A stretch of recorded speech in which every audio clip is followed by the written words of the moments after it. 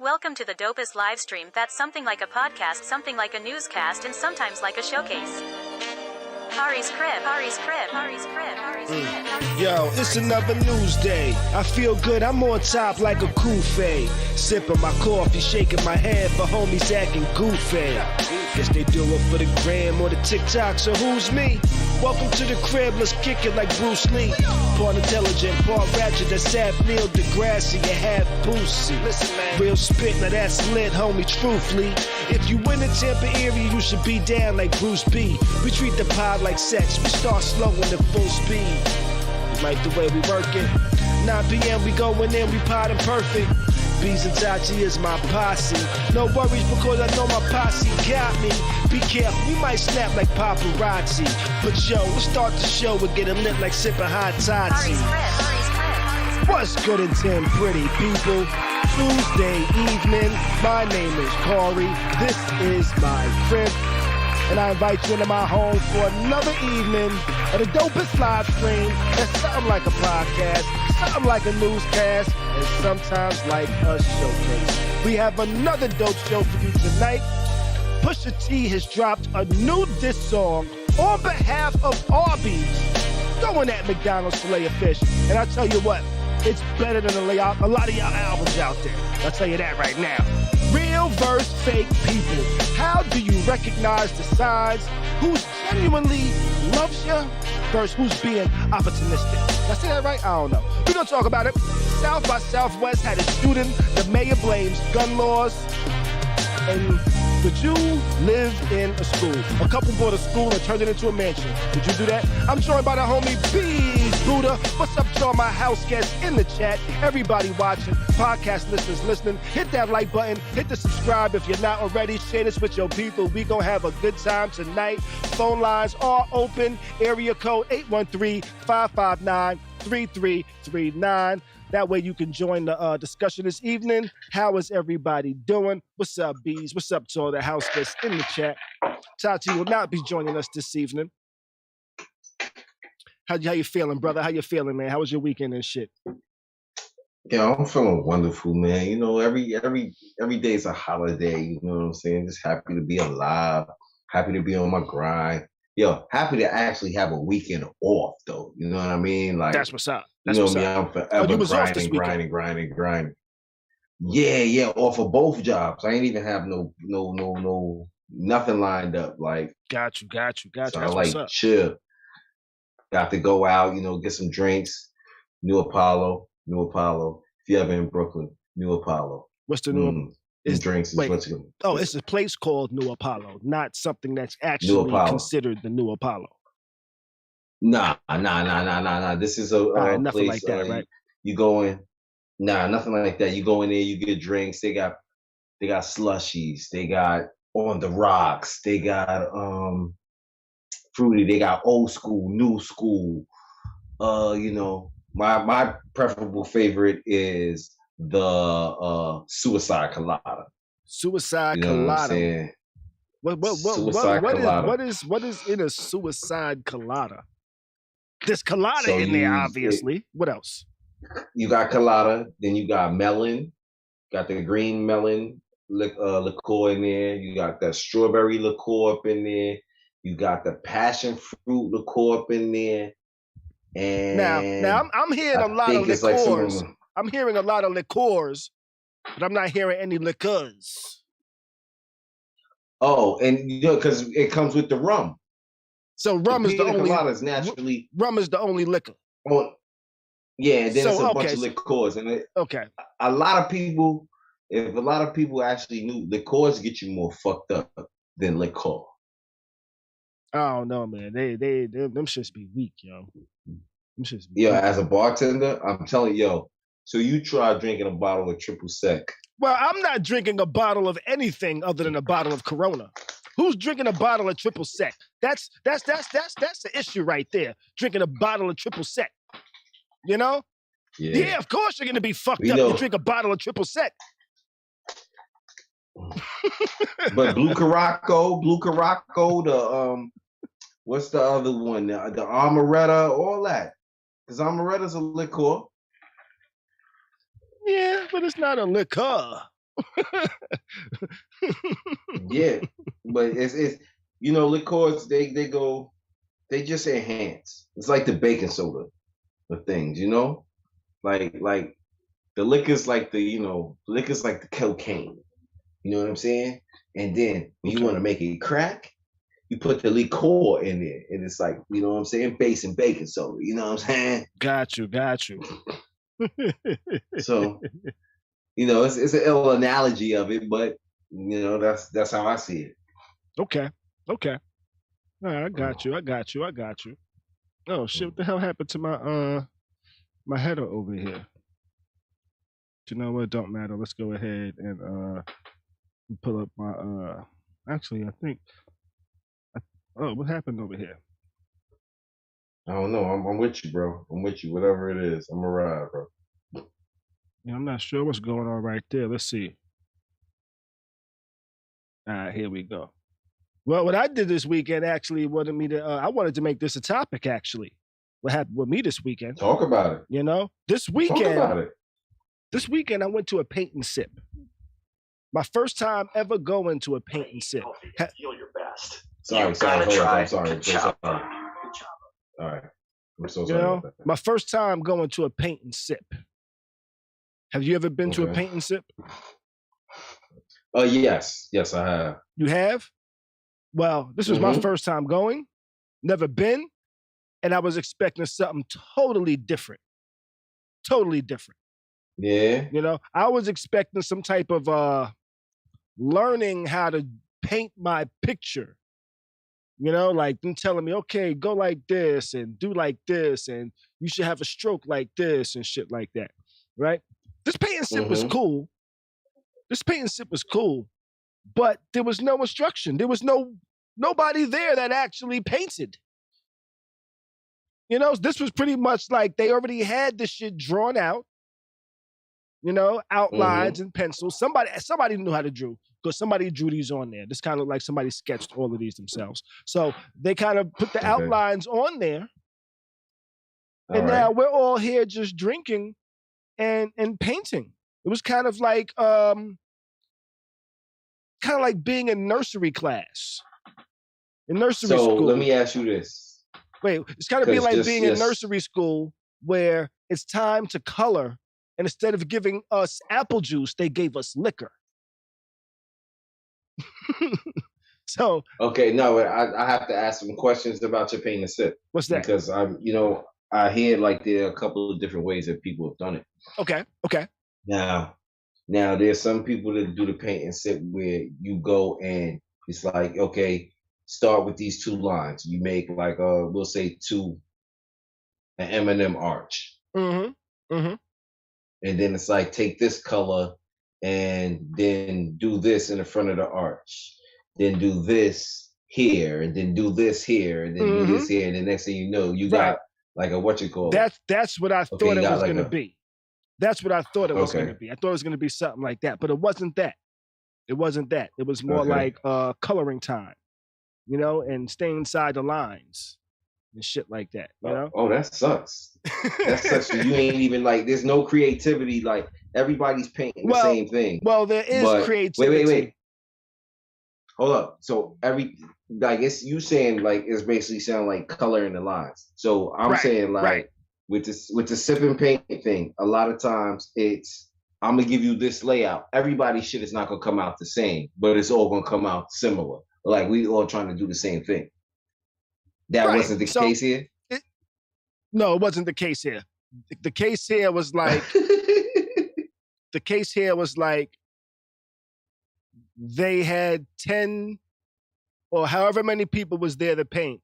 They had that many copies of the same sheet out of a coloring book. Though it wasn't a coloring book.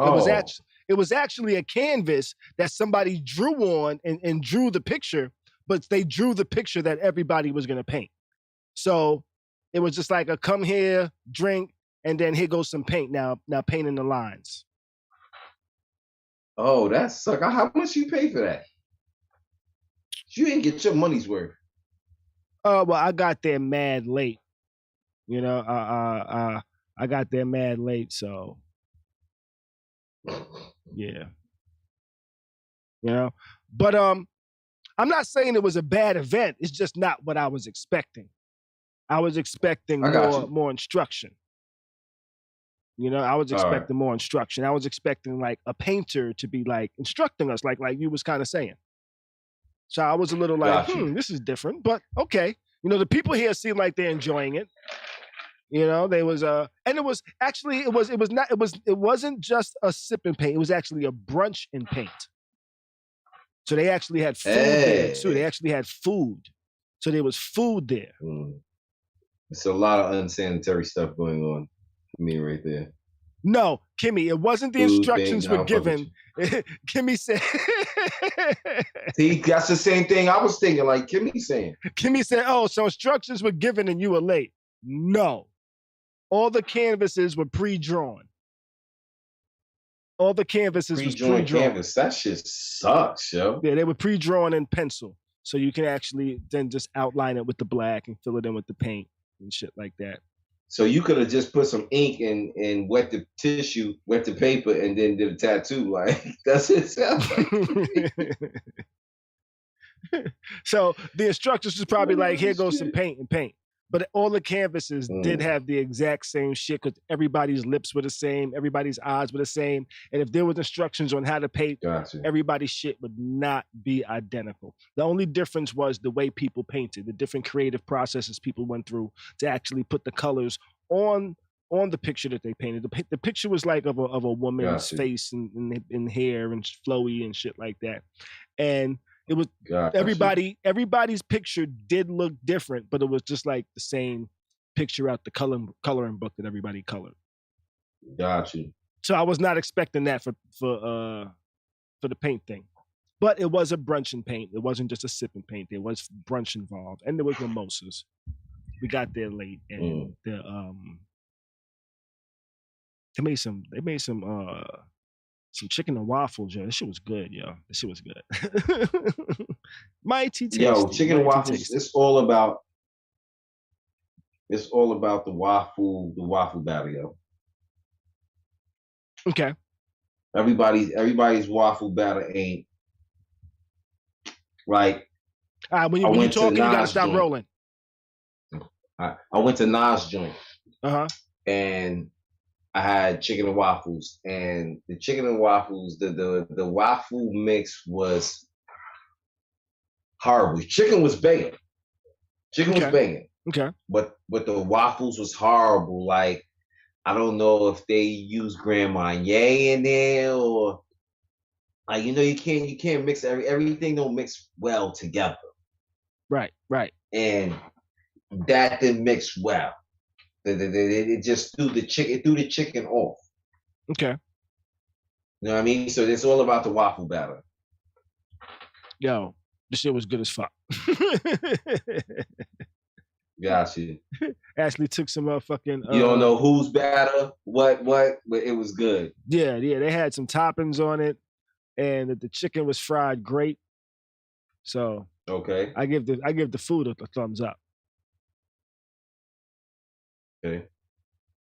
But yeah, I just wanted to talk about paint and sip, and not what I expected. Though it was fun, it just wasn't exactly what I expected. You know, so let's jump into this next shit real quick. We're gonna talk some Megan Thee Stallion beefing with her label. She doesn't seem to want to fuck with them no more, and particularly who is she signed to? She is signed to, I think, 1501. I think that was the name of the label. Yeah, 1501. And that is I'm going to take it that's a Florida-based label?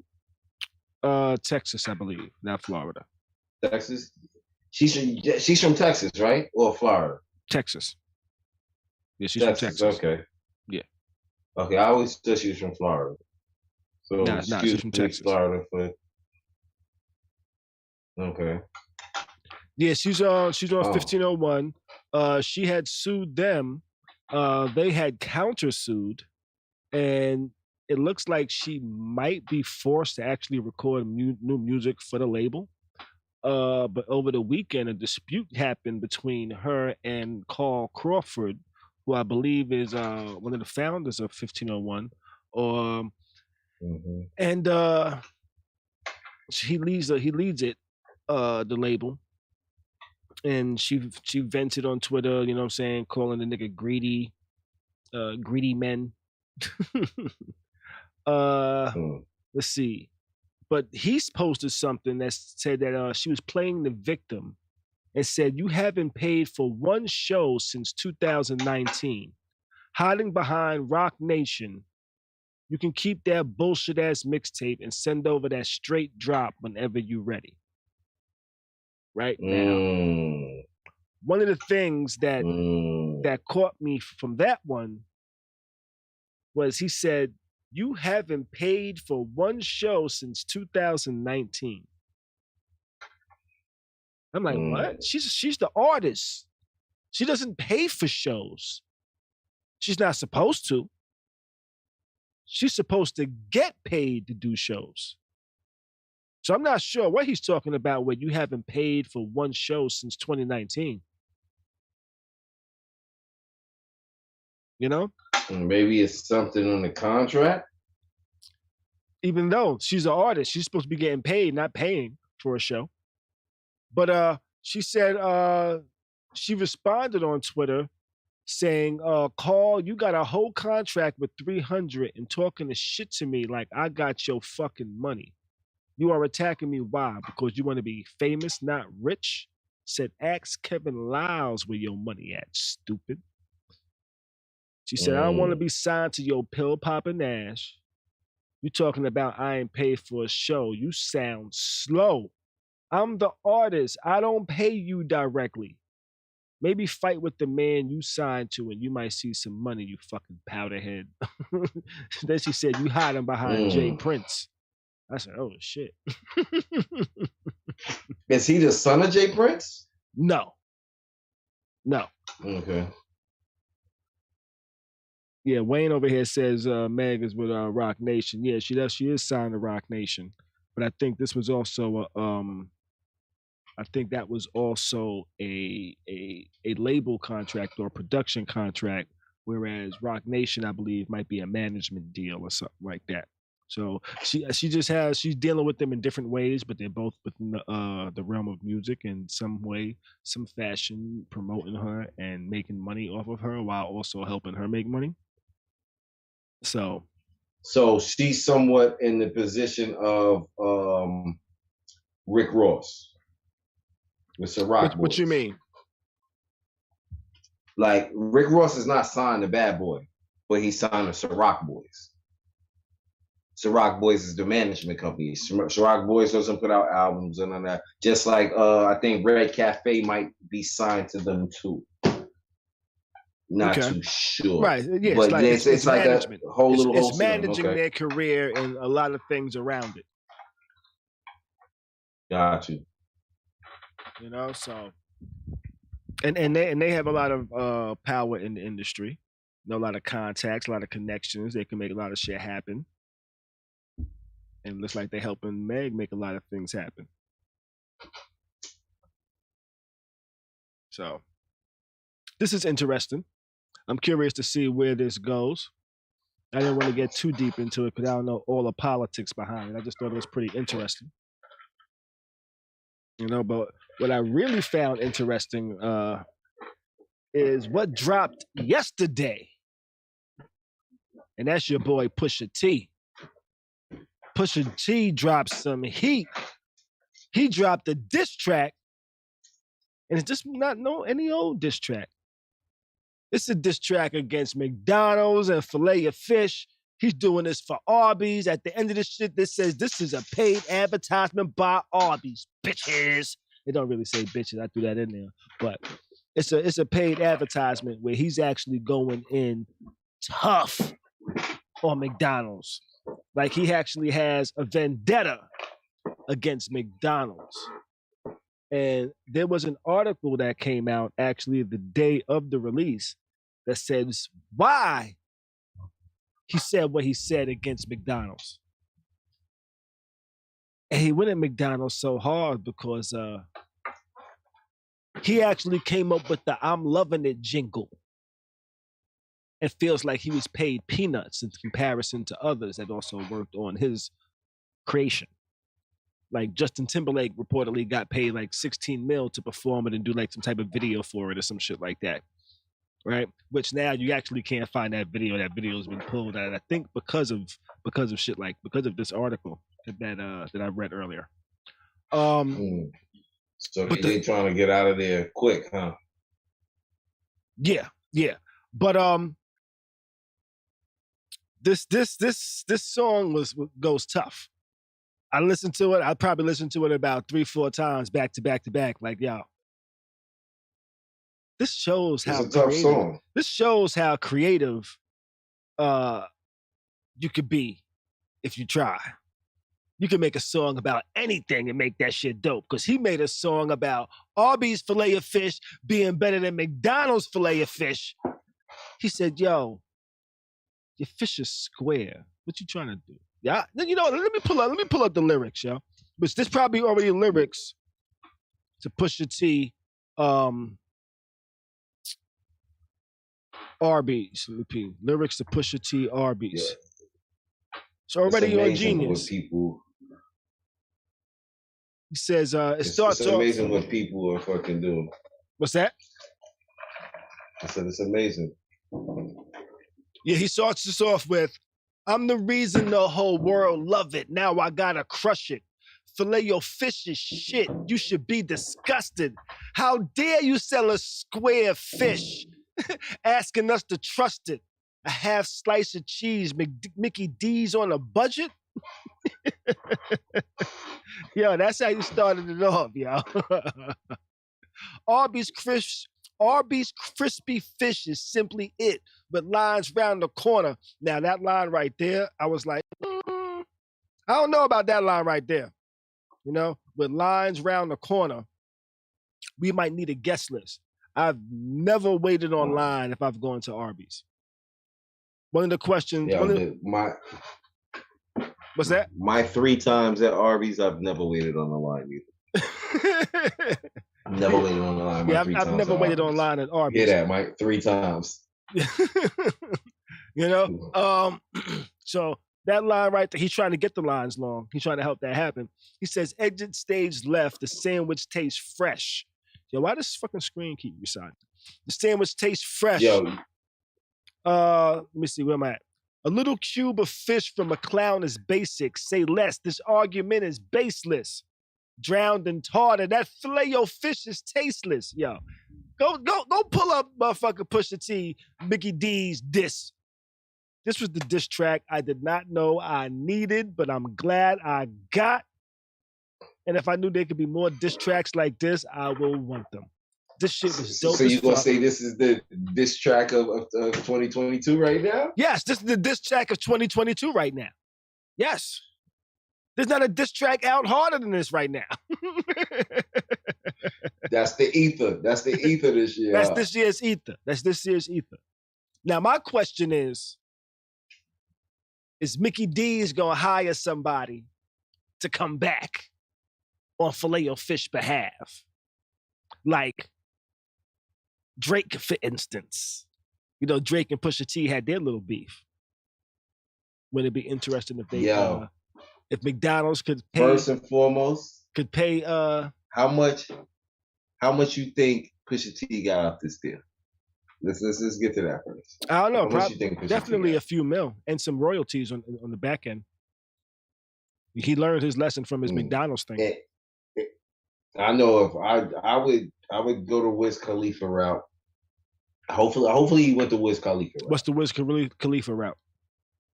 The Wiz Khalifa route is, okay, Pusha T will get the money from Arby's, but since he's promoting the sandwich, like, okay, I want 5 cents off of every sale. You know, it'd be shit like that. Like, those are the type of shit like Wiz Khalifa does. Like, he does it like Converse. Mm-hmm. He had put out a pair of Converse. Okay, I need such off the sale. He did something with Oreo. You know what I'm saying? Mm-hmm. Put my kid in it, but I want my kid to have like 3% stock, or it was some wild shit. You know what I'm saying? But you get what I'm going at? Like, right, he could have some. Just hope that Pusha T. I'm pretty sure he's getting paid the proper money because he learned his lesson from McDonald's when he did their shit, and that's why he's coming at them so hard. So I'm pretty sure he whatever he's getting paid, he feels like he's getting paid fairly. You know? Well, I got you. But on the back end of that, I don't think McDonald's is even going to respond. Why not? This is a social media era. I wonder what Wendy's had to say on Twitter, because Wendy's got a smart mouth on Twitter. You know, this is social media era. Oh, Wendy, listen, whoever tweets or does whatever it is for Wendy's, that's an angry black woman. So I'm not sure. That's Kanye's little sister. They got Kanye's little sister at Wendy's. Right? Let's see. I don't see nothing recent, so they didn't really say anything about that. Though I thought they might. But nah, if McDonald's was to respond, if you was like head of like marketing at PR at McDonald's, and you was like, you know what? This is a great way for us to market motherfucking Filet-O-Fish. Let's make that shit a battle. Now, if you got to make it a battle, you got to hire somebody reputable. You can't just hire me and say, yo, Khary, you can write some dope shit. Come write some shit, you know? And then, we got this guy over here that makes beats. Come put some shit together. Nah, you got to have somebody reputable.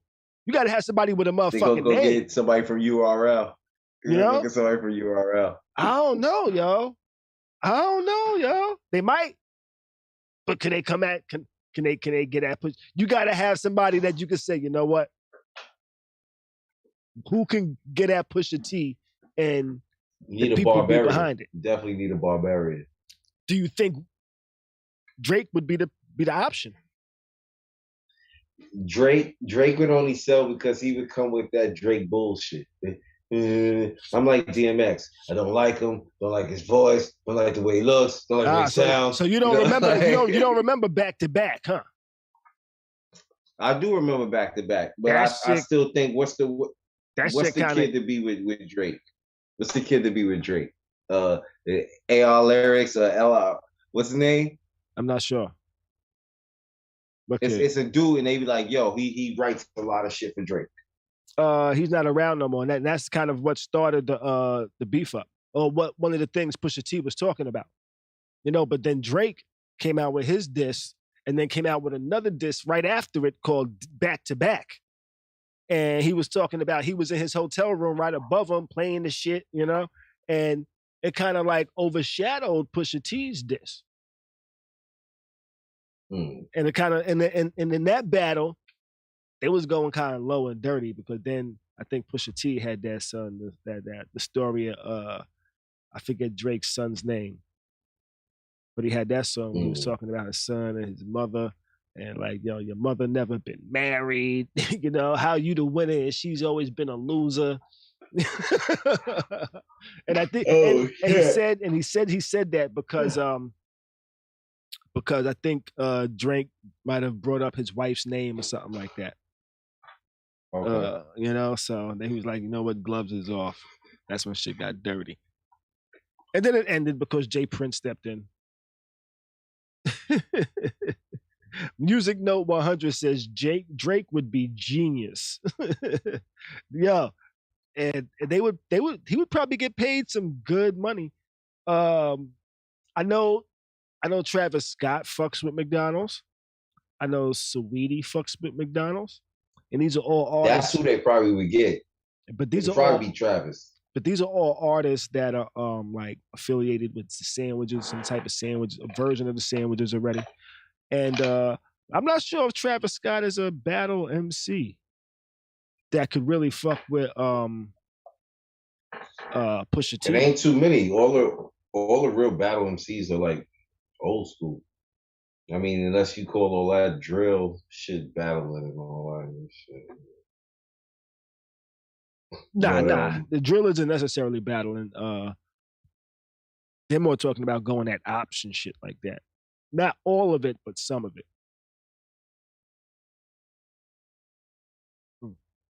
Yeah, it would be interesting. We'll talk about that later. It'd be interesting though. Shit, let's get ready to wrap this up. Mm-hmm. I'm looking forward to it though. I'm gonna keep my ear out to see if McDonald's says, "Yo, we got some shit, Filet-O-Fish this." All right, bitch. Boom, and then see who they get. You know, it'll be interesting. I hope McDonald's tries to come back and have a rebuttal with a dope MC to battle. And it wouldn't be no hard feelings between the MCs because they're rapping on behalf of the fish. Beef about fish. Let's move this on. And then next thing you know, the BK King steps in the room. Kingfish. All right, but let's jump into this little topic real quick that I thought would be interesting to talk about tonight. And that's recognizing real from fake. You know, real friends from fake friends, real love from fake love. You know, people that kind of portray love and show you certain things but then shit changes and shit like that. And I thought it'd be an interesting topic to talk about this evening. Do you feel you ever have any experience with fake friends or fake love, Beez? Yeah. Yeah. Shit. You said like who has it? Who has it? Yo, fam, it's yo. I mean, like, I would say like this though. A lot of my shit my shit came from niggas, females, you know, some of everything. So it's like, you know, should be crazy. Like, cause you be thinking like you really in line with somebody, and then some other shit happen. You find out you really ain't in line with a nigga.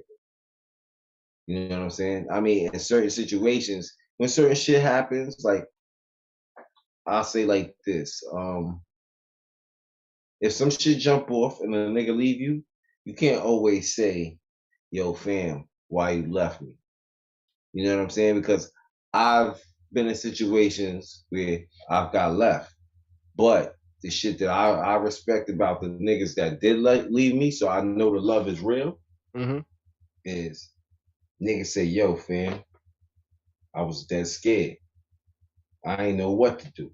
You know what I'm saying? Yo, fam, how can you what you call it? You know what I'm saying? How do you take that another way? Like a nigga telling you, like, fam, I have fear. I ran, my nigga. This is what my fear does to me. Now fear makes me run. Did you fuck with them again in situations where something like that might happen, or did you stop fucking with them in general? Or did you keep fucking? No, because then I still fuck with the person because I had mad love for the person already. And see, that's what it be sometimes, is when your love be mad genuine for a motherfucker, but then they love ain't genuine for you. And then some shit happens, but you know, right. Shit happens like to where later on in life, you like, yo, okay, a different situation happened, but then that nigga was there for you. You feel what I'm saying? So you can't always say that everybody's love is fake because of a situation. You understand what I'm saying? It's all about how. I think it depends on the situation. It depends on the situation. It's all about how admitted you are about the situation. Now, if you do some snaky shit like you like, yo, you my nigga, da da da da, and you know I mess with a chick or something, and then you go behind my back and you try to holler at the chick, that love is fake. You a fake motherfucker for that shit. Right. You know what I'm saying? Right. Say that all day. That's some straight like sucker shit. That's a fact. That's player hating. That's fucking, yo, that's backstabbing. That's all that shit. You know what I'm saying? Don't listen. If somebody else makes you have to do something behind my back towards me, I got to question that love that you may show. You understand what I'm saying? Now, what about those friends that love you, but then when they get around certain people, they start acting a lot different. They start acting a little shiesty towards you and shit like that. Oh, that's a nigga that I don't need to fuck with. That when other people come around, they start acting different. Nah, that's a nigga I don't need to fuck with. Right. You gotta be the same. You gotta be the same with me all the fucking time, my nigga. That's why I fucks with you, my nigga. That's why I loves you, my nigga. Right. You've been the same with me all the fucking time. I've been the same with you. You feel what I'm saying? It ain't no flippy floppy shit. You feel what I'm saying? Like, right. You my nigga. I love you, my nigga. And the love that you give me is reciprocated and appreciated because I know that you genuinely love me, my nigga. You feel what I'm saying? Just like you know that I genuinely love you. That's what it is. Like niggas like Jeff, I genuinely love you niggas. You feel what I'm saying? Don, all Rock, all I genuinely love y'all. That's what it is. I don't fuck with y'all niggas because niggas can do something or this and that has happened. No, I fuck with y'all niggas because I genuinely love y'all niggas and I know y'all niggas genuinely love me. Right. Bottom line of that. Right. You know, and I think that's how it should be. You know? And and that's one of the reasons why I don't really fuck with a lot of people out here, because I haven't really recognized anybody giving me that real genuine love. And I felt like it was like that. I always felt like it was like some opportunistic shit. Not all the time either. They just didn't really fit my code of morals for a lot of people that I interacted with out here. You know? So I don't fuck with a lot of people because I haven't met a lot of people that I feel is real, you know? And usually the people that I do say to myself, you know what, that's a real nigga, it's kind of like me and not really interested in making a whole lot of new friends, you know? Just, you know what I mean? But I have met some people and dealt with some people that I realized were snakes, you know, after getting to know them, you know, realizing people were, the way they were based on who's around type of shit. You know, I've recognized a lot of flaws and fakeness, and it was like, damn, yo, this shit is crazy. Like how much shit I'm recognizing, you know.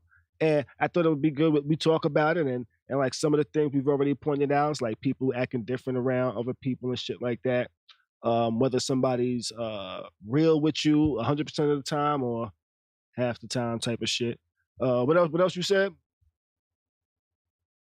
What would being the real shit? Oh, yeah. The nigga just genuinely love you. Like yeah. Like not because of opportunities and shit like that. Opportunities, yeah. Don't be behind my back because you know what I'm saying. I got something that you want. Like that's that bullshit. That's the shit I don't like. Like you acting like you love me because I got something that you want. And you don't know how to be a fucking man about it or a real motherfucker about it and say, yo, this is what the fuck it is. So you could be dealt with accordingly. This, you understand what I'm saying? And that'd be the problem with your shit. Because when I'm saying dealt with you accordingly, I'm going to distance myself from you. I'm not going to fuck with you because I know that your intentions are this. Now, if you telling me, yo, listen, we can make some money real quick, this and that, blah, blah, blah, blah. And you just real about your business, that's one thing. You feel what I'm saying? But at the same time, you like, yo, we can go and do this. Nah, nigga, I can't trust all that. We can't go and do that. I mean, and there's certain shit that we can only do because I can see you, nigga. Right. Feel what I'm saying? Because if I can't trust you when I don't see you, nigga, I don't need to be fucking with you, nigga. Now, can you use other parts of a person's life or other parts of a person's behavior to kind of gauge whether this person is genuine or not? Like, could do some flaws point out these flaws, or do other flaws just be like for instance,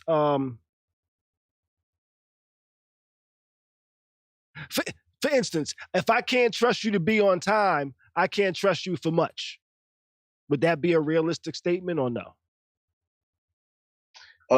Nah, because some niggas are genuinely late, my nigga. Bro, some niggas are just genuinely late and everything, my nigga. You feel what I'm saying? Learning, think about it when you in school. All right? 70% of the class was getting whatever was taught. There was 30% of motherfuckers that didn't get it to the middle of the year. You got it in you know what I'm saying? You got it in September, early October. They really ain't start understanding shit to November, December. Yeah, though I think learning education is different from people's just like a behavior of somebody's, whether they like true facts or not. You know? If now, can people be genuine with one person and not genuine with another? Or is a person just going to be ingenuine all around? Okay, how do I say this? And then can it be a reverse? Character. You know? Check it. Everybody's character ain't genuine. You understand what I'm saying? Right. Some niggas' right characters. There. Yeah, everybody's character ain't genuine. You know what I'm saying? It ain't genuine on things they do when they interact with others. Mm-hmm. You feel what I'm saying? Gotcha. Like when you do certain shit, it's because your intentions are genuine. You understand what I'm saying? Right. As to you doing certain shit and your intentions are forced. Mm-hmm. Or manipulative. Right. You get what I'm saying? Yeah. You're trying to manipulate the situation to what you call it. That shit is fake at the end of the day. And that's why you'll find, check it like this. Okay. This is how I feel like I'm a genuine person. And I'm genuine. Most of the niggas that I fuck with from 6th grade to most niggas that I met from the age of 5 to about 15, am I straight with right now? Like still straight with right now. Right. You feel what I'm saying? Right, Ross. All right, you get what I'm saying? Now there's a lot of niggas that we know personally that you met them and they fucked with this nigga. But then you seen them years later and then they fucked with a whole different nigga and they don't even fuck with that nigga no more. You feel what I'm saying? It's a host of niggas like that, a host of dudes like that. You feel what I'm saying? Where it's like, I know a lot of dudes that be like, yo, you still fuck with niggas that you fuck with from the 2nd grade? Yeah, nigga. Yeah. Yeah. Yeah. But I do think some people have fallouts. Now, even though I fuck with everybody that I fuck with since like 2nd grade, I don't fuck with everybody the same. I know who I should keep distance from. I know who is genuine with me and who isn't. You know? So I act because you've had enough genuine people around you to know. Right. And you get what I'm saying? But I think one of the things about me that makes me a genuine person is even if I don't fuck with you because I don't think you're a genuine person, I'm still gonna be straight up with you. I'm not gonna bullshit you just because I know you're a bullshitter. I'm not gonna fuck with you, you know? I'm not gonna you know what I'm saying, all of that, but I'm not gonna act like I'm cool with you and then be talking shit behind your back. I'm just not gonna fuck with you. You know? And I'm gonna be genuine about it. Like, nah, I can't really fuck with you like that. Facts. You know? Now that doesn't make me disingenuine, but that just makes me genuine to who I am as a person and whether I fuck with that person or not. And a lot of times I don't fuck with people based on their character flaws and whether I believe they're a genuine person or not. The people I don't really fuck with, I don't really consider genuine people. There's people that I fuck with, but I don't fuck with them, not because they're not genuine people. It's that they're genuine people that make bad decisions. You know? And I don't like their decision making. So I don't fuck with them. So there are some genuine people that I do know that I don't really stay too tight to just because they make bad decisions, but it's not because they're not genuine people. But I don't really fuck with people I don't really feel is genuine towards me and shit. And once I realize they're not genuine, or I feel like they're opportunistic, or only fuck with me for this particular reason or that particular reason, or even if it's just the type of shit to where they fuck with me, but like the moment somebody else come around, they fuck with me differently now. You know, like they make me feel like now they feel like they're bigger than me or some shit like that, or now they feel like they can kind of talk to you a different way now, or address you a different way. And it's like, wait, what? Yeah, you tripping. You know, yeah. Wow. Yo, check it. Yo, you're gonna laugh. When it was me and you just here talking, everything was cool. But then after certain couple of niggas came over, now you're talking to me, and every time you talk to me, you tap me in my chest. Yeah, it's like, yo, nigga, what the fuck are you doing, yo? What the fuck are you doing? You trying to get punched in the mouth right now, huh? Yo, come on, man. You know? Or if a motherfucker be on the phone and you be like, yo, I gotta holler at you real quick. And they be like, all right, cool, yo, I'm gonna holler at you real quick. I'm gonna blah, blah, blah. And they hang up and they talk to you. And then when they're on the phone with somebody else, you say, yo, I gotta holler at you real quick. And they be like, yo, who the fuck are you talking to like that? Yo, talk to me with some respect, nigga. You're like, what? and you know, it'd be mad different, yo. And you'd be like, yo, what the fuck? And it'd be shit like that. And you'd be like, yo, this shit is crazy. You know? Niggas crack me out. I don't care if you're a boss, nigga. Yeah. That shit doesn't mean nothing to me. Yeah. You know, you wildin' right now. You're gonna kill mad niggas. That's what it is. That's your business. But I'm not impressed. Right. Save a life. I'll be impressed by that. Save a life. I'll be impressed by that. I'll be impressed by that. Yeah, you'd impress me. I thought this was something good to talk about, something a little different and shit.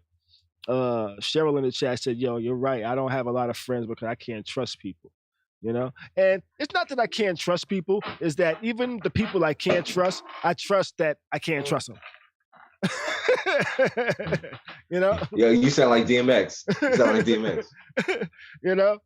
Like, people that are late all the time, I trust that they'll never be on time.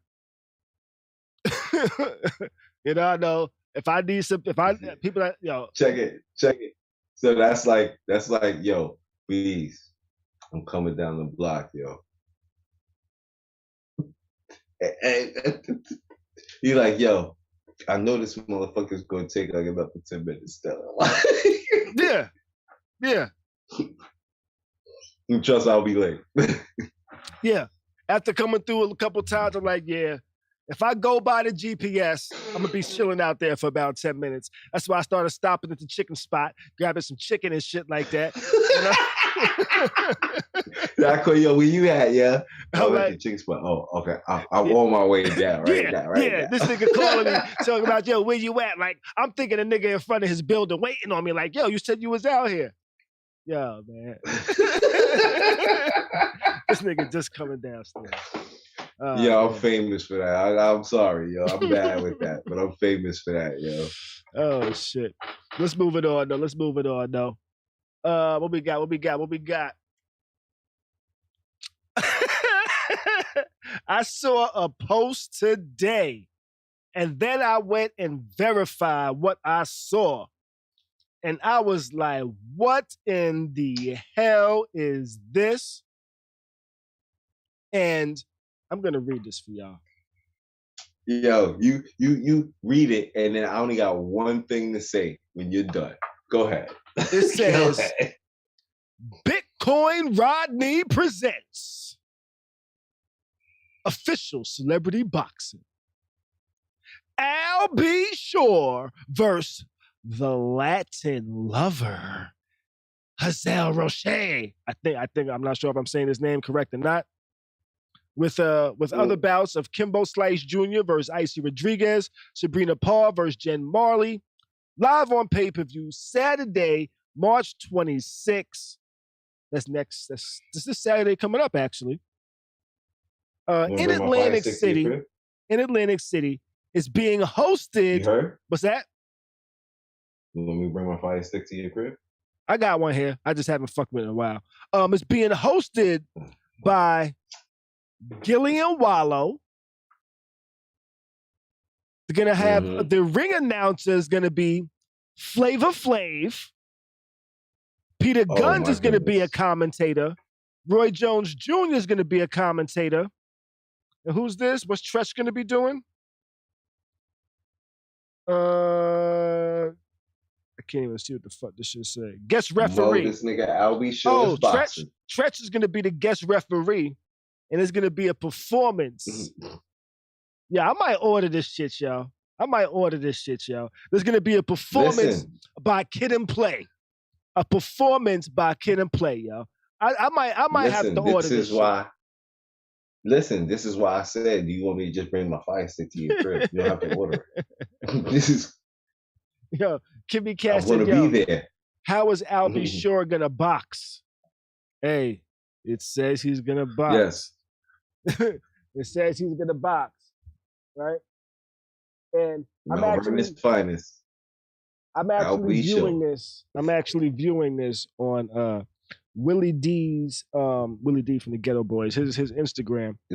This nigga's comment is, this is a horrible idea. Wallow, Gilly, do not let Albie Shore do this. Yeah, I can't. Yo, I might be off in a coma. I might order this. I might watch this fight, yo. Yeah, I'm gonna watch this fight, yo. Just so I could see Kid and Play perform. So I could see Tretch be a referee. So I could see Flavor Flav says, let's get ready to rumble, boy. You know? Yeah, G. Yeah, boy, we're gonna rumble. You know? I'm looking forward to that. Okay. Funky Cold Medina. I think Gillian Wallow would do a great job hosting this thing. Kimbo Slice Jr. is gonna be fighting. I'm assuming that's Kimbo Slice's son. Kimbo Slice was a fighter who passed away a few years back. Albie Shore, I'm not sure who. Fuck around. Albie Shore might be Bitcoin Rodney. Yo, that'd be crazy. Albie Shore knock a nigga out. Oh, Kimmy Cass says, yo, the reason why I'm asking how's he gonna fight is because he has kidney problems. Maybe he's Bitcoin Rodney and he says, yo, you gotta punch up in this area. Maybe he might have on rib guards. You know? He might have on rib guards. I can't. Oh my goodness. He got kidney. We got kidney stones. We got kidney cancer. I'm not sure. Cheryl says, yo, Albie Shore should stick to singing. He's too fine to get his face beat up. I can't. That's the original unibrow. The unibrow, right? He was killing that back in the day. Boom. He's Anthony one of the reasons. Davis is Albie Shore's son. He's one of the reasons I be in my mirror mad close, like. Yeah, I used to be scared, fam. I had like a little piece of hair growing here. It's like, wait, I was scared to death. yo, is this gonna get thicker? Is this hair gonna grow thicker in the middle of my fucking forehead? I don't know. I heard all the jokes about Albie Shore. I don't want that to happen. Oh man, no, I definitely feel like we need to peep this fight though, Beez. Word up. I'm with it. I need to see this, yo. I don't need to see all the other fights. I want to see. I'm like you. I want to see Kid and Play. I want to see all the other shenanigans going on. Yeah, this is gonna be funny. Kid and Play got hits. They 80s, early 90s hits. They got hits. Their first album was hits. Like the whole album, yo. Yeah, but not many people remember it, except the people that probably want to watch Albie Shore fight. Let's see. It's not enough history of hip hop, brother. Not enough history of hip hop. see. For the last out like this, y'all, like that, y'all. Feel the groove. I feel it. I feel it now. So Kimmy Cat said on the radio, he said he had several months to live, right? And she posted that a minute ago. And I was like, what? So I looked this up. I Googled this. I looked it up. And it says, Al B. Sure has revealed he's been battling a string of health problems and was told he only had 4 to 6 months to live. The Night and Day singer recently shared a health update on Instagram and included video of a doctor removing drainage tubes in his swollen abdomen. And this was on January 4th of 2021. Of this year? 2021. That was last year. You know, so if he said that last year, and now we in March of 2022, maybe he beat whatever it was that was trying to fuck him up. He said, since I beat that, let me go in the ring and see if I can beat this nigga ass. You know what? You know what I'm saying? Black superheroes, man. Hey. Black superheroes, I'm telling you. What you think? Plausible? Plausible? I think it's possible. I think it's very possible, yo. Listen, fam. Listen. This is why other entities be like wondering about us, because we be adversity, man. Like we go through some shit and we come out. If we do the right things that we need to do, you know what I'm saying? Like, you know how at certain times, like they tell people, yo, you're going through this and this and that happens, and then people just make a drastic change right then and there, change the way they eat, where they live, whatever. You know what I'm saying? The next thing you know, they're beating whatever was bringing them down. You feel what I'm saying? And then you got the people that they get told that and they give up. And then they keep doing what they was already doing and what you call it. And then of course, you die in that 6 months, that 4 months, or whatever the fuck it is they tell you. You know what I'm saying? That's the one thing that you one thing that you what you call it. The will to live is what the fuck it is, bro. Yeah. The will to fucking live, to truly want to fucking live. That shit is greater than anything, brother. I know you know. I know you know. Yeah.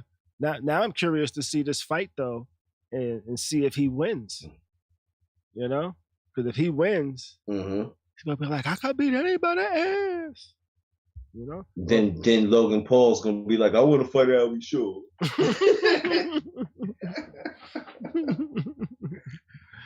But he's actually fighting this dude. What was this dude's name? Bitcoin.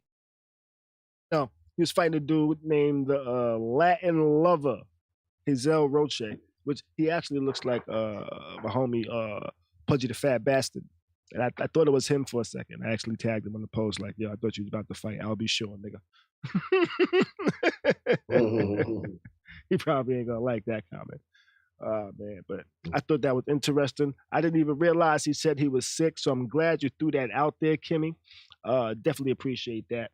We looked it up on Google and actually saw an article that said Al B. Sure improving after being told he had 4 to 6 months to live.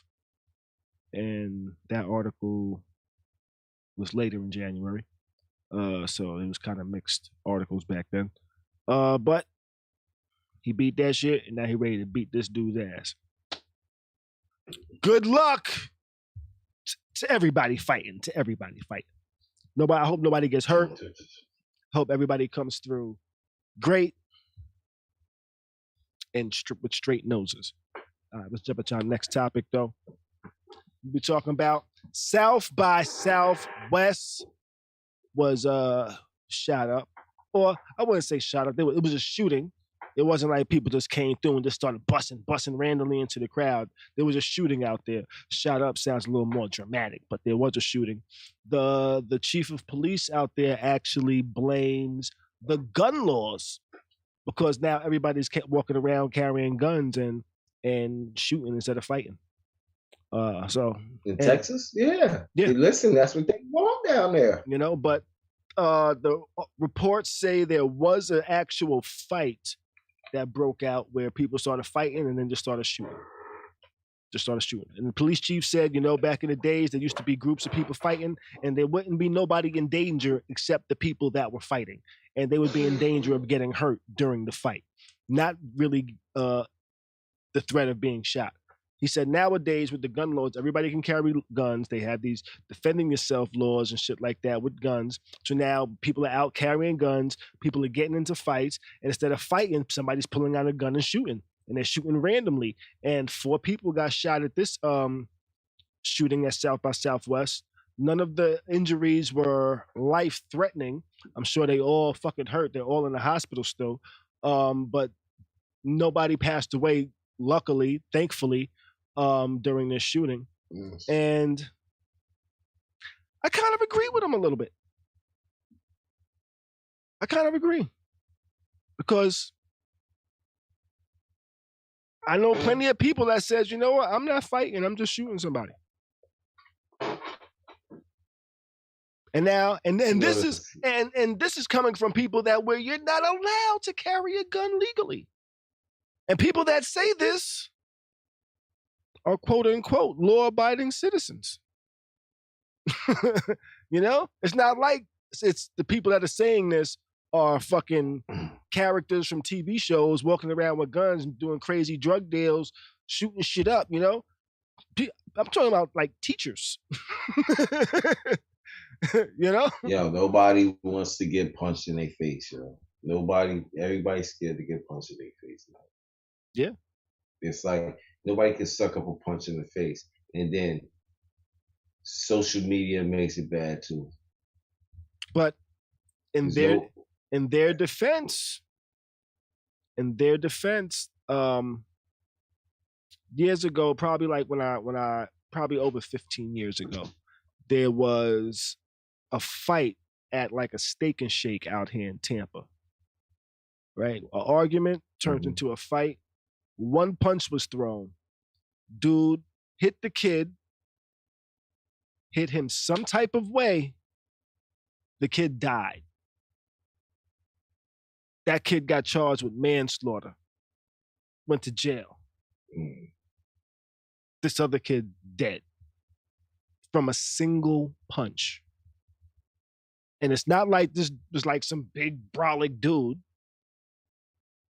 He was probably athletic, but he wasn't like fucking The Rock. And the dude died from a single punch. So it does happen. It's not very common, but it does happen. So could that be somebody's defense?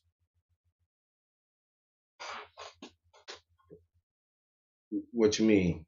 That, hey, I don't want to get punched because a single punch could technically, theoretically, have a chance of killing me. So some people want to shoot. Or is it more of, that you shooting is got a fucking more chance of killing a nigga than you do punching a nigga. Now, is the fear more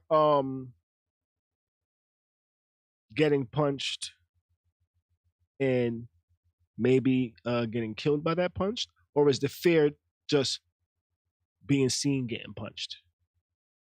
And people being like, oh, he punched you in the face. Oh, or is that the fear? The fear is the fear is the fact of people seeing you getting punched. Okay. And God forbid it's on tape and it goes viral. You understand what I'm saying? Right. Yeah. Like there was a video today that went viral that was just somebody running around with a metal chair, and it's like swinging that shit at somebody, like really trying to swing that shit, and WrestleMania type shit. Yeah. Speaking of WrestleMania, Kimmy Cat said, "Where's the fight again?" The fight is on Saturday, the 26th. But yeah, I don't necessarily. Those fans, WrestleMania is on Sunday. Really? Yeah. Oh shit! I ain't watched WrestleMania in years. Though my son did show me. Yeah, my son showed me Peacock I has see everything from WWE. Because Stone Cold wants to come back. Stone Cold is coming back. You know what I'm saying? Got you. I ain't watched wrestling in years, so I don't even. I know. Whoop ass. I know the name. Haven't really watched them. Tell you the truth, I haven't really watched wrestling since like Ultimate Warrior Hulk Hogan days. Like it's been a long time. I watched it. I never watched it. I was a fan for a minute. I didn't watch it past probably like the age of 16. I knew of it, but didn't really watch it. But back to Southwest. I do kind of agree with this cop. People are scared to get punched, so they start shooting. And I think a lot of people, there are probably a lot more guns out there. And you would think with people knowing there's a lot more guns out there that there might be less disagreements. But I also think the age comes into play. And I think people under a certain age threshold, certain maturity threshold, act a little differently out and about with guns. They act a little more tough, a little more extra, a little more, I ain't gonna take no shit, a little more, I wish a nigga would try me. Versus somebody that's more mature, it's like, I hope nobody even comes near me to where I even got to touch a gun. You know? Versus, I wish a motherfucker would make me pull his gun out. I can't wait. You know? I think that's some of the differences versus somebody itching to use the gun and somebody doing everything they can to not use the gun. But now, because even both those situations, a person might be scared to punch and pull out the gun at the same exact time and shoot somebody if they feel like they might get punched. And I think that's a very big difference between now and probably just maybe 10, 15, 20 years ago in regards to violence like this. You know, back in the days, beef was fighting. Wasn't too much bragging about it, where it's like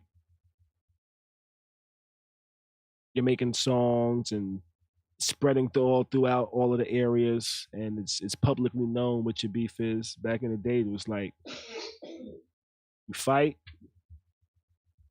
move on. Majority of the time. Shit changes. Shit's like that out here in Florida as well. Yeah. You know, because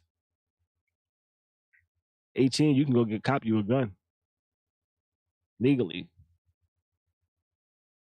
Now the wild shit is, remember how when we was young, people used to talk about getting guns? How you would get a gun in New York would be like you have to know somebody that lived down south. They would buy the gun, sell it to you, type of shit, you know, serial number type shit. Get out of here. In Florida, you got a crew of 10 niggas.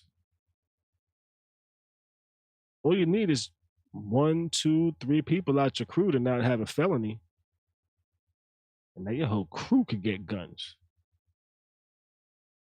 Like that. They got gun shows out here every 3 months. Every 3 months, there's a fucking building full of guns. Man, I went there you earlier. Tell me niggas ain't in there buying shit? Yo, niggas is all in there buying shit. Niggas is walking out with boxes, ARs, extended clips. Niggas is going there just to buy extended clips for the low.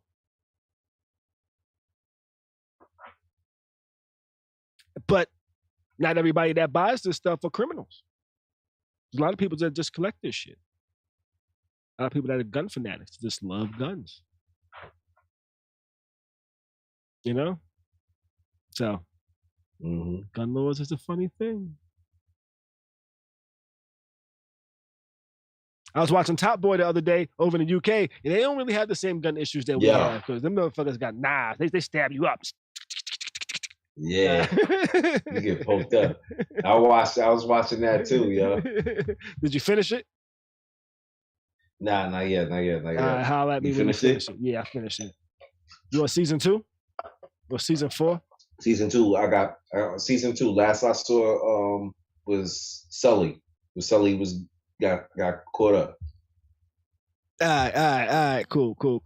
Yeah, the shit's all right. Yo, the shit's all right. I posted about it on my Twitter, and I'm not even gonna tell you what I posted or my response, but I'll let you finish the season, and let me know what you think about it when you finish it. Fam, but you know what's so crazy about Top Boys? What's that? When Summer Houses came out, I was trying to put niggas on. Mm-hmm. You know what I'm saying? It's like, oh, you know what you talking about? That shit whack. Da, da, da. Now niggas is coming back like, yo, that shit hot, yo. Yeah, I seen all of them shits when them shits first came out. Yeah. That shit had me out here talking about, what up, fam? What up, fam? That shit had me looking at my kids like, what up, fam? Fam. And you know what's so crazy? I tried to tell one of the youngins, like, they was like, yo, I watched Summer Houses, this and that. And I was like, yo, can I ask you something? What did you hear? What kind of music did you hear in there? He was like, oh, that joint was dope. Yo, they had drill music. Yeah, it was drill music. I said, yo, see, this is why I'm trying to tell y'all that y'all ain't invent shit over here in Brooklyn. Y'all talk about, no, that shit is from the UK. Yeah. So they actually have two classifications for it now. Now you have over here. Over here, there's two classifications. One is drill music that you hear here now, and then you have UK drill. And UK drill is the inspiration of US drill. I don't know why this should be US drill and that should just be drill. But and that's the definition of how people over here fucking describe it and shit like that. But let's move on. And Wayne, we was talking about Top Boy, which is not a gay porno. It's a UK show, which that has a totally different meaning over there. Okay? So on Netflix. But you have to watch Summer Houses first. Don't just jump into Top Boy the first season. Well, what Netflix says is the first season. Don't just jump into that like that's the first season, because that's not the first season. Summer Houses is the first season. Top Boy Summer Houses or something like that. Did any of y'all see this flying Tesla over the weekend? There was a video of a guy in a Tesla that was over in Cali, I think San Francisco, I forget exactly where, but he came up a hill. He hit the hill, hit the top, jumped over the whole damn street, landed halfway down the hill, boom, hit a car. Dude jumped out the Tesla, bolted. By the time the people that was up at the hill was videoing, got down there to video, dude was gone. Everybody else there was like, oh shit, maybe we should get out of here too. And they did. Mad damage. Somebody's car wouldn't move no more. Bunch of trash cans. But the video of this shit was crazy. I saw it on Twitter. That Tesla is towed up. Yeah, the Tesla was definitely totaled. It was totaled. There's a guy on YouTube that actually filmed the whole thing. He actually organized a Tesla car meet. And he had a ton of Teslas out there. And I think a couple of years ago, there was a particular spot out there where this guy kind of jumped his Tesla, but he probably only jumped his Tesla maybe 2 or 3 feet, if that, off the ground. So it was more like a bunny hop, it looked like, if you had to like compare it to like a bunny hop when you're first learning how to bunny hop type of jump, you know? So a lot of people went there in their Teslas and they was like, oh, this is the spot where the dude did the jump. And then they said some dude came through. He said, yo, I'm going to jump it. Drove to the bottom of the hill, no practice, no nothing. Came up the hill full speed. And I'm telling you, he must have jumped about 50 to 75 feet through the air. He jumped. I thought I was watching the Dukes of Hazzard. I thought I was watching the Dukes of Hazzard, man. But when his car landed, man, damn near every part of the car fell off that motherfucker. That shit hit the ground. You heard Boom, clink, clink, clink, clink. Bumpers over here, fenders over there. Damn near the whole car damn near College fell road apart. trip like a motherfucker. Yo, that You shit heard? was. Then it crashed into College a car. road trip like a motherfucker, yeah. What's college road trip? College road trip, they jumped a Ford Taurus over a bridge. Like he was like, nah, we could do it. Nah, one dude like was like, nah, if you go 75 miles per hour at this distance and all that, yo, we can make it. Yo, so dude was like, all right. So one dude, he was like, we can make that. That jump is nothing. He spits across the bridge. The bridge falls when his spit hits the bridge. Oh shit. So they wind up jumping it. And when they jump it, they make it. But then the car just falls apart, bro. Got you. Yeah, that shit was done. That shit was total, Joe. I'm not sure what possessed this guy to do it. I'm not sure what he thought the end result was going to be. I don't know if he thought he was going to jump as high as he did, because I really don't think he would have thought he jumped as high as he did. I'm going to see if I can find a couple of stills from I need to know how fast was he going? Let's see. They gotta see. Think he's at least 90? What's that? Think he was at least at 90 coming up that hill? He flew, bro. Yeah, that dude was gone, yo. I'm trying to see if I could I'm amazed that he rolled out that shit.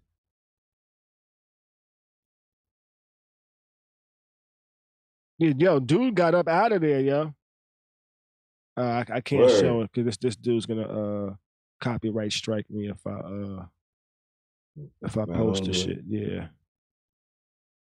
But go look on YouTube. Wayne Evil Knievel.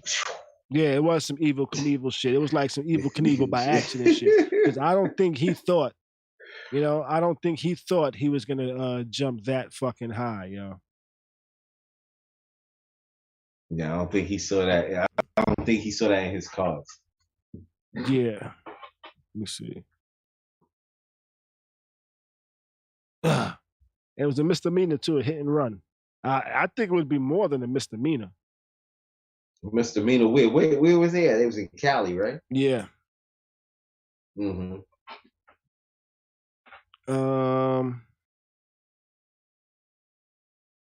Let me see if I can play this one. This is because let's see. This is from LAPD. This is from the LAPD website. So let's see if we can show this. So this is only 40 seconds. So let's see. Boom. You see that? Oh. You see how high that shit? Yo, fam. Yeah.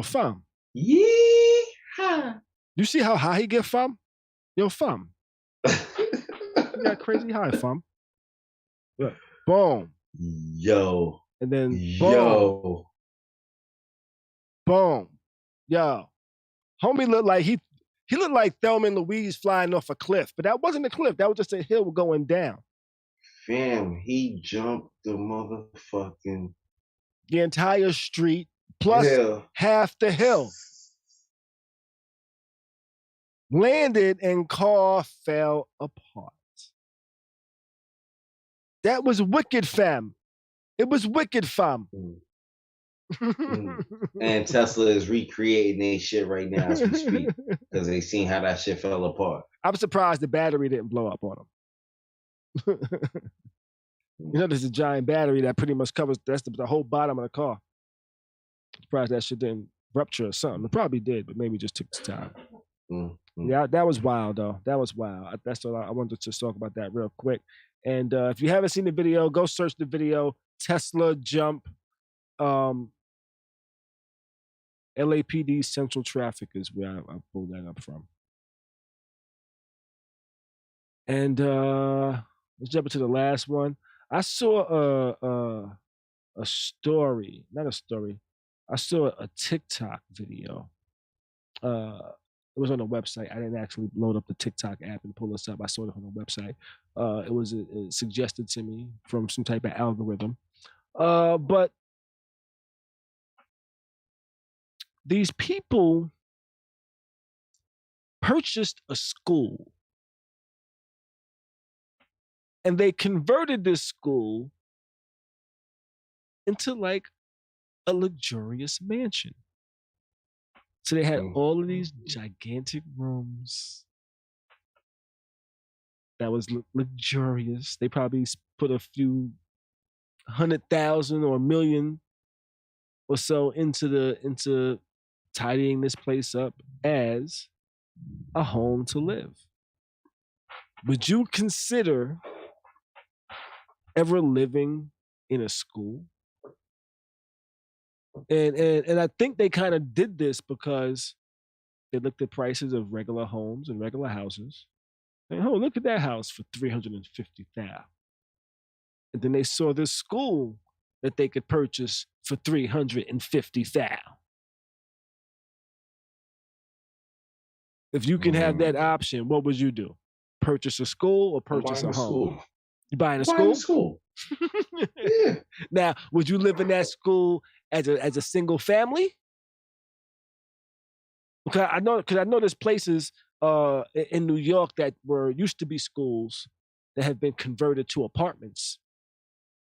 Yeah. Right? Mm-hmm. Now, that's a lot of space. Would you do more like hey, let me convert this to apartments, or would you say, you know, this is gonna be my motherfucking crib? Well, I got an auditorium in my crib, nigga. I got a cafeteria. I might probably change some things up, do a little remodeling.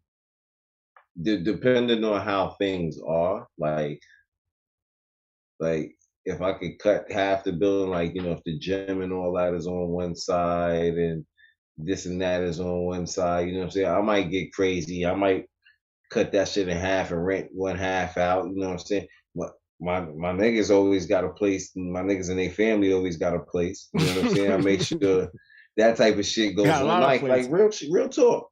Now, real talk, you know what I'm saying? Okay. Now let's put the school in perspective. I'm not talking like a New York City school. I'm talking about like a down south school, a southern school where it's like a southern elementary school. Yeah, southern elementary school that's like one floor. You know, a school of that size or something, which is still pretty damn big. Still got a gym in there. Still got a cafeteria. Still got an auditorium probably. Track. Yo, listen. Or yard, maybe not track. That will be, listen, this will be your first Airbnb resort. Airbnb resort. Cheryl over here in the chat says, yo, several schools here in B-More have been converted into apartments.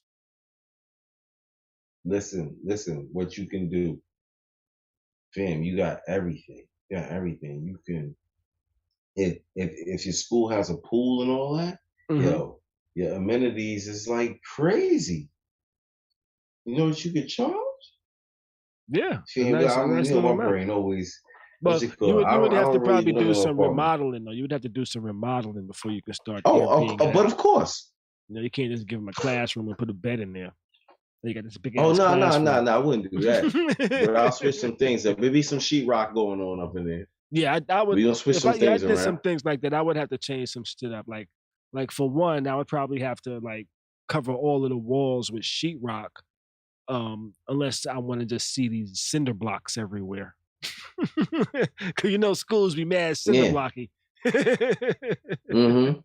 Yeah, nah. It's a lot of what you call it. It's a lot. You got to like after renovating though. That's what it would boil down to.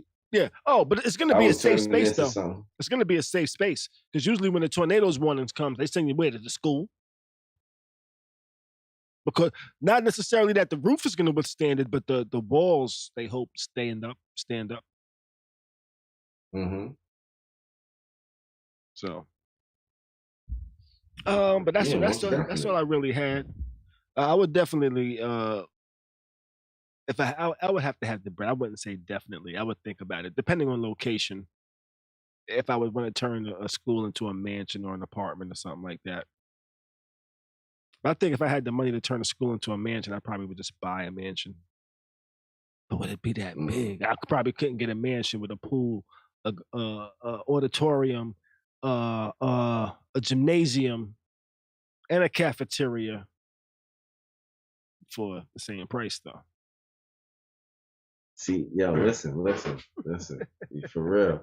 Listen, the cafeteria, I would just add a little bit of stuff in there, catering hall. Like, couldn't let me get my hands. Yo, listen, you couldn't let me get my hands on no property like that. You couldn't. Yo, you know what? That's the goal. Yo, just like, let me tell you, I seen my man yesterday, right? I ain't seen him in a little minute. He got a little black-owned security company. He been doing this thing for a little while. You know what I'm saying? Like, he got a lot of toys. But he really don't got like a place. Like, he got an apartment. At one point, he was staying in co-op with his moms and all that. But dude, like, don't get it twisted. You know how some dudes are. He makes a lot of money. So just recently, I seen my man. My man just bought a house out in Connecticut, fam, for 200 and I think it's 89,000. What he got for that, bro, is amazing. You hear me? Amazing. Yeah, he got 5 acres. He got a barn. He got the house. He got a little ATV, because he into all of that shit too. Like, amazing, yo. Got you. Yeah. Amazing. Kimmy says, I would buy a school to live in. It would depend for me. Whether I would make it a personal property or an investment property. Yo, listen, it can still be personal and investment. Yeah, I don't really like people too close to me. If I had, if you like, ain't gotta listen. I would have to. I would be close to you. You can I would have to make renovations to where it's not like just roaming around the hallways and shit like that. But that would have to be way into my decision on how I'm gonna do it. You know, because first off, you would have to change the doors, because now you don't want everybody's room door to have that fucking window on it that you can see through like that. You know. Yeah. Yeah. Wayne says, "Yo, maybe." I mean, if you get the whole property, it all depends, because most schools, well, I don't know about down south, but they probably don't down south. New York, most schools in New York come with a fence. Down south, probably not. Yeah, no, not really. Most New York schools are kind of prisonish. Yeah, they are. When you really look at it, they are. Yo, for real. New York schools are that prisonish. They are, yeah. Oh shit! I remember when I first went to school with metal detectors, I was like, "Oh shit!" I was in a school like Lean on Me, but it was supposed to be for artists. That's right. Design. That shit was supposed to be for artists, but yo, that was some of the most gangster niggas I met at that school. With some niggas that bleached. Yeah, it'd be amazing. I ain't even gonna talk about it. What's that? It'd be amazing. Some of the smartest dudes be the fucking. Yeah, some of the smartest, most gifted people be like some of the. Maybe it's just a product of your environment, yo. You know, product of your environment. Like so like these dudes I used to hang out with when I was going to art and design. From different hoods than me and you, but they was all from the Bronx. And I'm hanging out with these niggas, and I'm like, damn, these niggas love robbing niggas, yo. I'm like, damn, I'm an accessory to robbery damn near every fucking day.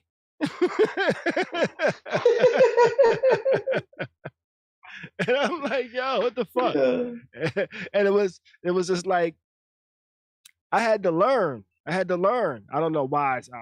I don't know why I kept hanging with the niggas knowing that they was, because I was like, fuck it, you know? You got if there's gonna be motherfucking niggas robbing niggas around, you probably want to know who the niggas robbing niggas is, right? But nah, there's like I had to learn pretty quick. Like I was cool with the younger brother of one of the, so like dude's older brother's maybe like 2 or 3 years older, right? So if we like freshmen, they probably like juniors and shit. So me and dude was homeboys, both freshmen. His older brother and his niggas had us out there, you know what I'm saying, just running around the streets. And this was just on our way home.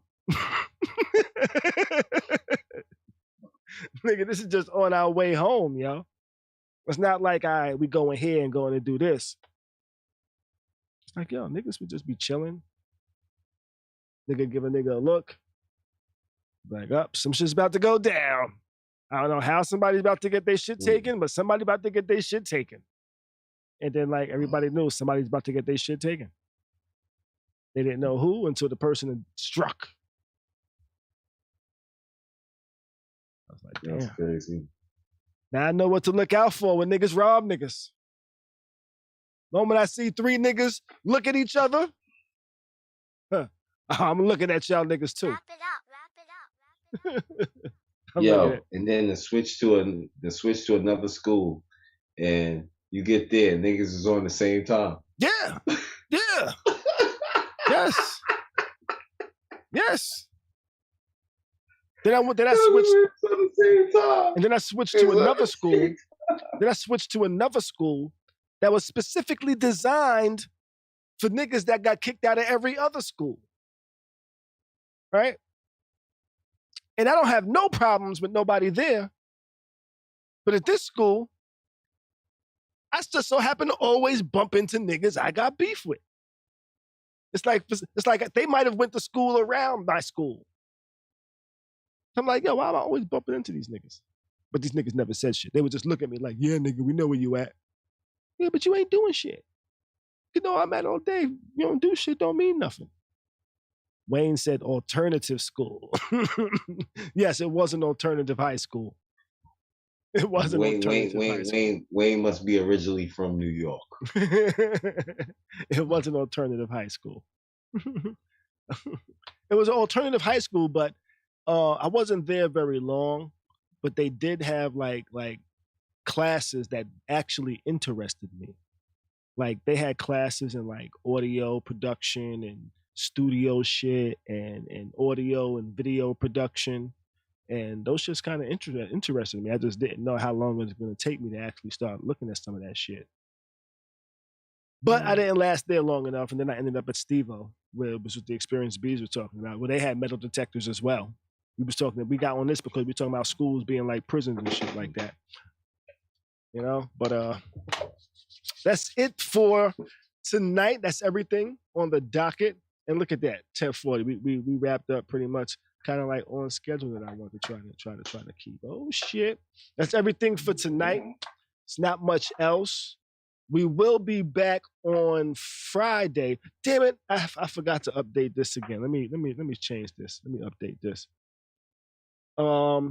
We will be back on Friday, but Friday's show will be a little bit different. And that is because Beez will be traveling to Florida. He's going to see his peoples. And he's going to be down here. We're going to hang out and kick it. And so he won't be on video on Friday. He's going to try to call in because he'll be traveling. He'll be en route. His flight lands before the show starts, but he's gonna be settling down with his parents and shit like that, chilling, relaxing, kicking back, you know. So if he gets some time to stretch back and relax, and we are live, Beez will call in and we'll get him on the phone. Otherwise, I'll probably be doing the show alone until Beez connect or something like that. But shit, I hope your week is great. Oh, you know what I gotta do? I almost did that wrong. You know why? You know why? Because first I gotta do that. May the rest of your week be great. Do your best to stay sucker free and keep a smile on your face, baby. Weeze out. Thanks for watching the dopest live stream that's something like a podcast, something like a newscast, and sometimes like a showcase. Khary's crib, Khary's crib, Khary's crib, Khary's crib, Khary's crib, Khary's crib,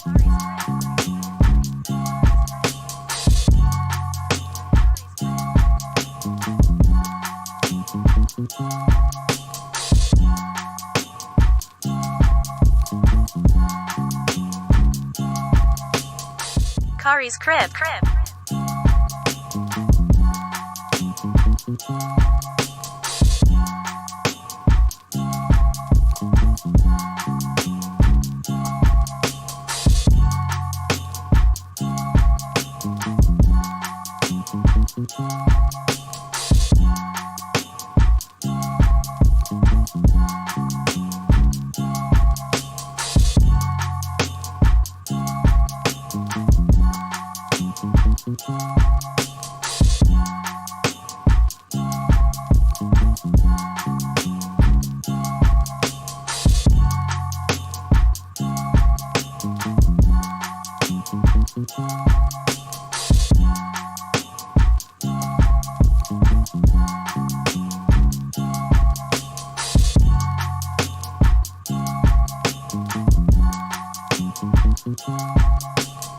Thanks for watching the dopest live stream that's something like a podcast, something like a newscast, and sometimes like a showcase.